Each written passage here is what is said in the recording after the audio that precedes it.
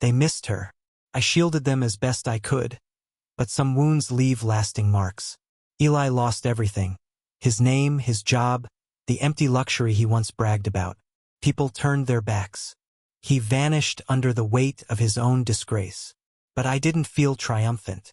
It wasn't vengeance I truly wanted. The taste of it was sour, unsatisfying. All I had left were my children. Their love, unfiltered, undiminished. Together we started again. Slowly, carefully. The house wasn't the same.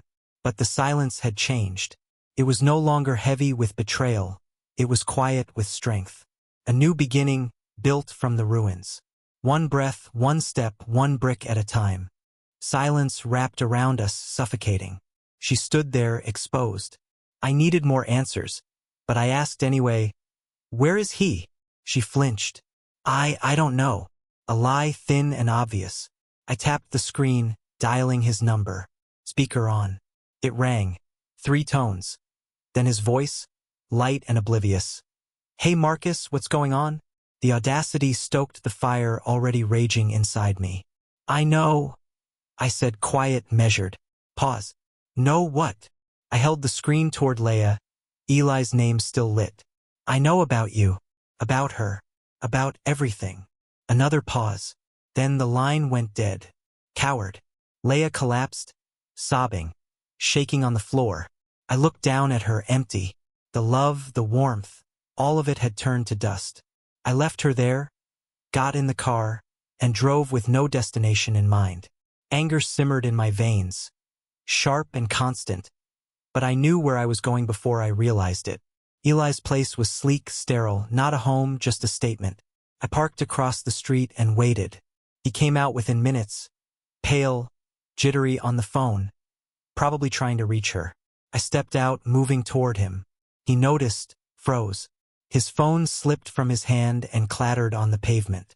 "Marcus," he stuttered. I said nothing, just closed the distance and threw a punch. My fist connected with his jaw. He hit the ground hard, groaning. "You son of a bitch," I growled. "You destroyed everything I built." He curled in on himself, shielding his face. I grabbed his collar and yanked him up. "You thought you could do this and just walk away?" He whimpered, scanning the street for a way out. "There is no escape," I said coldly. "You're done. I'm taking it all from you, just like you did to me." I let go. He crumpled again, bloody and shaking. I turned my back on him and walked away. The weeks that followed blurred together. Divorce papers, courtroom battles, bitter words. Leia fought dirty, tried to twist the truth. But I had proof.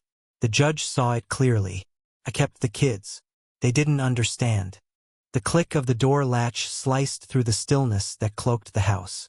8 years spent constructing this existence, layer by deliberate layer.